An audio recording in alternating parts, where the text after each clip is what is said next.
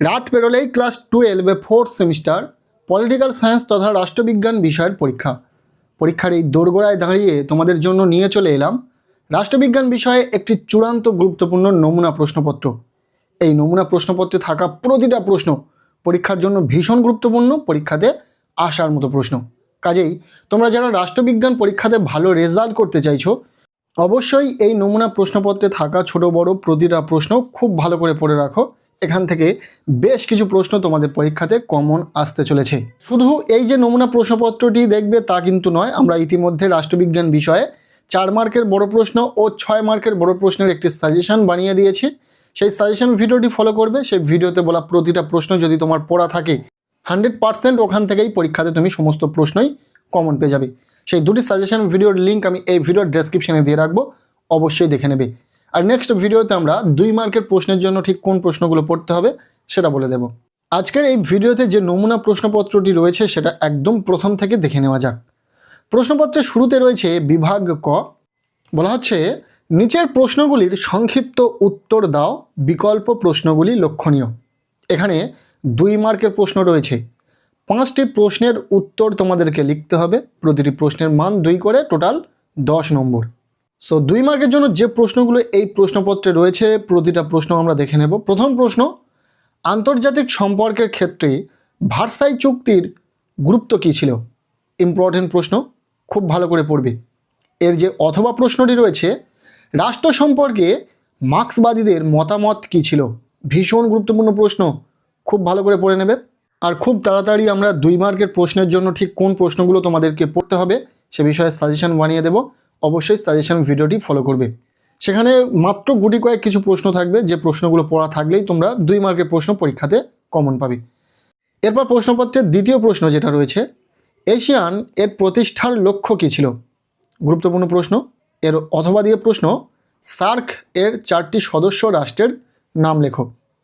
2 মার্কের প্রশ্ন হোক বা 4 মার্কের বড় প্রশ্ন হোক বা 6 মার্কের প্রশ্ন হোক, প্রতিটা ক্ষেত্রে কিন্তু তোমরা একটি করে বিকল্প প্রশ্ন পাবে প্রতিটি প্রশ্নের জন্য। যেহেতু তোমাদের 4th সেমিস্টারে 2x সিস্টেম রয়েছে, একটা প্রশ্নের জন্য আরও একটি বিকল্প প্রশ্ন থাকবে। প্রতিটা প্রশ্নের জন্য একটি করে অথবা প্রশ্ন তোমরা পাবে পরীক্ষাতে, যেমনভাবে এই প্রশ্নপত্রে রয়েছে। এরপর 3 নম্বর প্রশ্ন, জিরো আওয়ার কি? এর যে অথবা প্রশ্নটি রয়েছে, ভেটো ক্ষমতা কি? ভীষণ গুরুত্বপূর্ণ প্রশ্ন, খুব ভালো করে পড়ে নাও। নেক্সট 4 নম্বর প্রশ্ন, সুশীল সমাজ আন্দোলনের তাত্ত্বিক ভিত্তি কী? ইম্পর্টেন্ট রয়েছে। এর যে অথবা প্রশ্নটি রয়েছে, নর্মদা বাঁচাও আন্দোলন কবে কার নেতৃত্বে গড়ে ওঠে? এটিও খুবই গুরুত্বপূর্ণ প্রশ্ন। এরপর 5 নম্বর প্রশ্ন, গ্রাম পঞ্চায়েতের প্রধান কাজ কি? ইম্পর্টেন্ট রয়েছে। এর অথবা প্রশ্ন, 73তম সংবিধান সংশোধনীর মূল উদ্দেশ্য কী ছিল? 73তম সংবিধান সংশোধনীর মূল উদ্দেশ্যের পাশাপাশি 74তম সংবিধান সংশোধনীর মূল উদ্দেশ্যটাও দেখে রাখবে, দুটোই ইম্পর্টেন্ট। সো প্রশ্নপত্রের 2 নম্বরের জন্য প্রশ্ন শেষ। এই প্রতিটা প্রশ্ন তোমরা খুব ভালো করে দেখে রাখো, আর আমরা যে সাজেশন দেব সাজেশনে থাকা প্রতিটা প্রশ্ন দেখে রাখলেই হয়ে যাবে। এরপর আমরা দেখে নেব বিভাগ খ। বলা হচ্ছে নিচের প্রশ্নগুলির সংক্ষিপ্ত উত্তর দাও, বিকল্প প্রশ্নগুলি লক্ষণীয়। এখানে 4 মার্কের বড় প্রশ্ন রয়েছে। মোট 3টি প্রশ্নের উত্তর লিখতে হবে, 12 নম্বর। খুব সহজে তোমরা 12টি নম্বর পাবে। 6টি প্রশ্ন পরীক্ষাতে থাকবে, 3টি প্রশ্নের উত্তরে লিখতে হবে। 6টি প্রশ্নের জন্য আমরা সর্বোচ্চ 10টা প্রশ্ন বলে দেব। এমন 10টি প্রশ্ন যদি তুমি পড়ে রাখতে পারো, 100% পরীক্ষাতে তুমি 4 মার্কের প্রশ্ন কমন পাবে। এমন একটি নির্ভরযোগ্য সাজেশন তোমাদের জন্য নিয়ে এসেছি। সেই সাজেশন ভিডিওর লিঙ্ক আমি এই ভিডিওর ডেসক্রিপশনে দিয়ে রাখবো। যারা এখনও পর্যন্ত দেখোনি অবশ্যই সেই সাজেশন ভিডিওটি দেখে নেবে। আর শুধু ভিডিও দেখলে হবে না, ভিডিওতে বলা প্রতিটা প্রশ্ন তোমাদেরকে খুব ভালো করে পড়তে হবে। হয়তো তোমাদের নতুন সিলেবাস, তারপরেও আমরা চেষ্টা করেছি তোমাদের জন্য নির্ভরযোগ্য সাজেশন বানানো, যাতে প্রশ্ন কমন আসে। আমরা বাংলার জন্য সাজেশন বানিয়েছি, যেখান থেকে তোমরা দেখেছো গল্প, কবিতা, নাটক, সহায়ক গ্রন্থ, ডাকঘর, সাহিত্যের ইতিহাস প্রভৃতি থেকে হুবহু কমন এসেছে। পাশাপাশি আমরা ইংরাজিতে সাজেশন দিয়েছিলাম ড্রামা এবং রাইটিংয়ের ওপর। রাইটিং থেকে এসে রাইটিং হুবহু কমন ছিল, পাশাপাশি ড্রামা থেকেও কোশ্চেন কমন ছিল। আর লাস্ট আমরা এডুকেশন বিষয়ে যে সাজেশন শেয়ার করেছি সেখান থেকে বেশিরভাগ প্রশ্নই কমন ছিল। বড় প্রশ্ন তো সমস্তটাই কমন, এবং 2 মার্কের প্রশ্নের ক্ষেত্রে একটা শুধু আনকমন ছিল, বাকি সমস্তটাই কমন ছিল। অনেকে অনেক রকম মন্তব্য করে, তবে এই রকম নির্ভরযোগ্য সাজেশন বানানোর পেছনে অনেক পরিশ্রম থাকে। তো অবশ্যই ভিডিওতে একটি লাইক দিয়ে দিও, আর চ্যানেলটিকে সাবস্ক্রাইব করে রাখো, আর পারলে ভিডিওটি বন্ধুদের সাথে প্রচুর শেয়ার করে দিও। আর তোমাদের কোনো রকম সন্দেহ থাকলে ভিডিও চ্যানেলে রয়েছে, তোমরা সাজেশন ভিডিওগুলি ফলো করো এবং কোশ্চেন পেপারটি মিলিয়ে দেখে নাও যে সাজেশন কাজ করেছে কিনা। যাই হোক, অনেক কথা হলো, এখন প্রশ্নগুলি দেখে নেওয়া যাক।